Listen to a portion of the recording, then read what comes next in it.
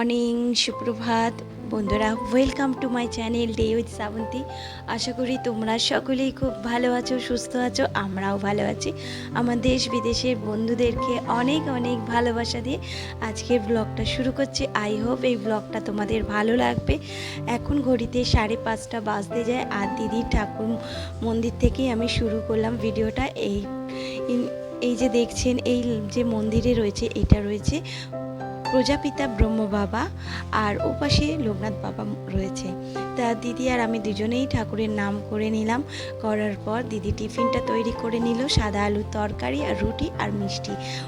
এখানে কর্তামশাইকে টিফিনটা দিয়ে দিলাম। আমি লিকার চা আর বিস্কুট নিয়ে বসে পড়লাম, আর দিদি কথা বলছে। আর আজকে যেহেতু সোমবার, আজকে নিরামিষ হবে, আর দিদি সোমবার নিরামিষ খায় যেহেতু বাবার বার, আর শ্রাবণ মাস চলছে।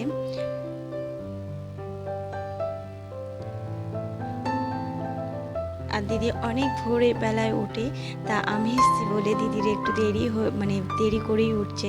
নাহলে দিদি ভোর 4টের সময় ওঠে। ওই দুই বোনে রাত্রির বেলা গল্প করতে করতেই দেরিটা হয়ে যায়।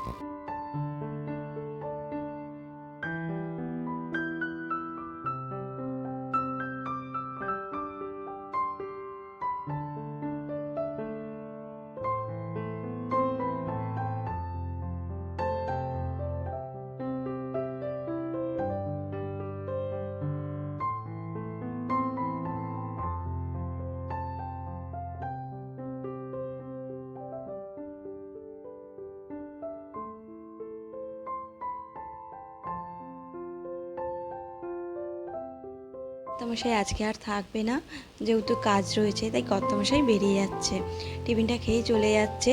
আর এখানে জানো না, এয়ারপোর্টের কাছে তো বাড়ি, আর ভয়েস দিতে খুবই অসুবিধা হচ্ছে, কারণ হুস হুস করে 5 মিনিট অন্তর অন্তর না প্লেন উঠছে।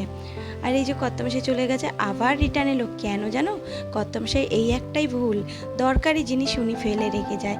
তাই ফোনটা রেখে চলে গেছিলো, আর দরকার তো খুবই দরকার, ফোন ছাড়া তো কোনো কাজই হবে না। তাই উনি আবার রিটার্ন এসে ফোনটা নিয়ে গেল। আর আমাদের তো চিন্তা হয়ে গেল, এই ফোন রেখে গেল, সেটাই তোমাদেরকে বলছি। আবার সেই ভুল, ফোন রেখে দিয়ে চলে গেল, এবার কি হবে।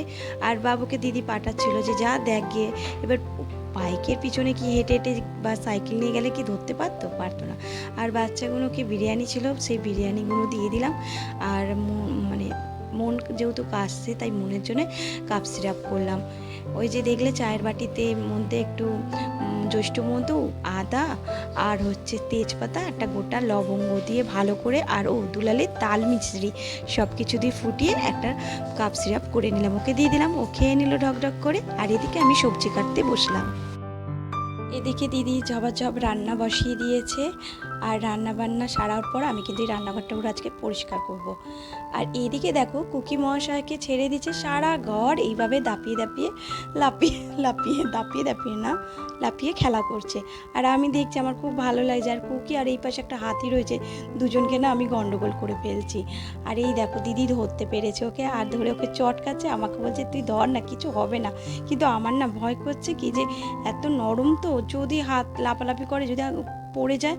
ওরা যেহেতু ধরে অভ্যাস হয়ে গেছে, আমি তো ধরিনি, তাই আমার ভয় করছে। আর এরপরে দিদি রান্না হয়ে যাওয়ার পর আজকেও রান্নাঘরটাকে আমি একটু পরিষ্কার করে দিচ্ছি। আর দিদিকে বলছি দিদি সর। আর দিদি জানো তো, আমার বাড়িতে গেলে টুকটুক করে কাজ করে, কাঁচা কুচিয়ে আমার করে।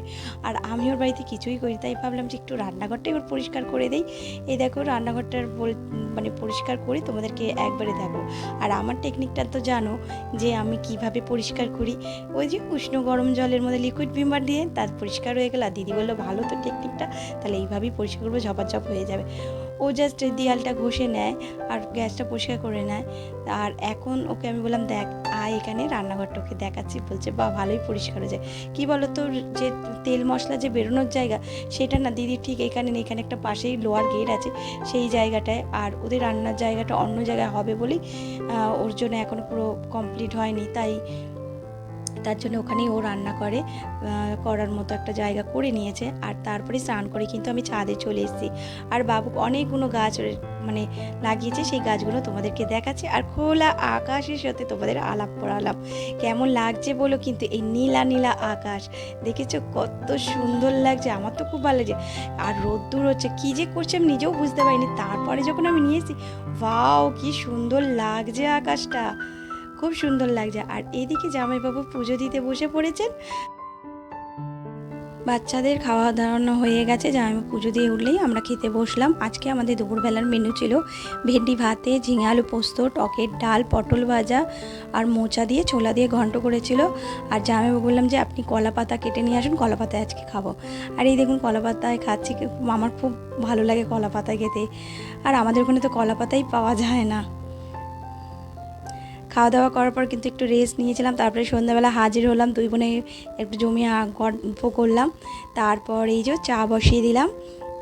আর চাটা খাওয়ার পর একটু দিদির সাথে বেরোবো।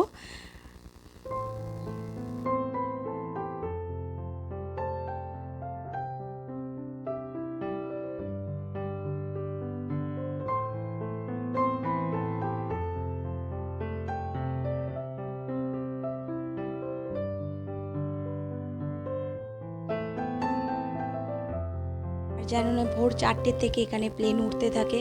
আর প্রথম তো ভয় লাগতো, কারণ প্লেন মানে এত কাছ থেকে যায় না, তোমাদেরকে অবশ্যই দেখাবো। তা এখন অভ্যাস হয়ে গেছে। তা দিদি সন্ধে দিয়ে চলে এলো, বলে যা তুই ড্রেসটা চেঞ্জ করে নে, আমি চাটা নামিয়ে দিচ্ছি।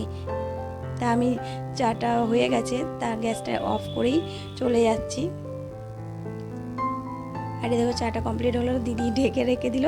আর এদিকে দেখো বাচ্চারা পড়তে বসেছে। এখানে মনের যেহেতু কালকে একটা প্রজেক্ট জমা দিতে হবে, সেটা করছে। আর ওদিকে বাবুও পড়তে বসেছে, আর মেয়ে মনকে দেখিয়ে দিচ্ছে। আর এই যে রেডি সেডি হয়ে বেরিয়ে পড়লাম দুই বোনে।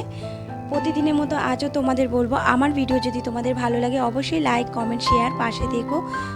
আর আমার চ্যানেলটাকে সাবস্ক্রাইব করার ইচ্ছা থাকলে অবশ্যই সাবস্ক্রাইব করে পাশে বেল আইকনটা একটু প্রেস করে দিও। আমি নতুন ভিডিও ছাড়লেই তোমাদের কাছে নোটিফিকেশন পৌঁছিয়ে যাবে। যে সকল বন্ধুরা অলরেডি এই কাজগুলো করে রেখেছো তাদেরকে অসংখ্য ধন্যবাদ আমার ভিডিও দেখার জন্য, আমার পাশে থাকার জন্য। আর দেখো দুই বোনে চলে এসেছি সোনার দোকানে। হ্যাঁ, খুব সুন্দর লাগলো শাঁখাগুলো। আর আমার শাঁখাটা হাতের চেয়ে অনেক বড়, তার জন্য আমি একটু চেঞ্জ করব বলেই এসেছিলাম দোকানে। তা দেখলাম যে হয়ে যাচ্ছে, আমি শুধু ওই শাঁখাটাই চেঞ্জ করব। আর এরপর রাতের ডিনারটা করে নিলাম, পনির তরকারি, পরোটা আর মোচার ঘন্ট। তাহলে বন্ধুরা এখানেই ভিডিও শেষ করব। তোমরা ভালো থেকো, সুস্থ থেকো, নিজের শরীরে যত্ন নেবে। আবার আসবো নতুন দিনের সাথে, নতুন ব্লগের সঙ্গে। তাহলে এখন আসি, tata, bye bye, good night, শুভরাত্রি।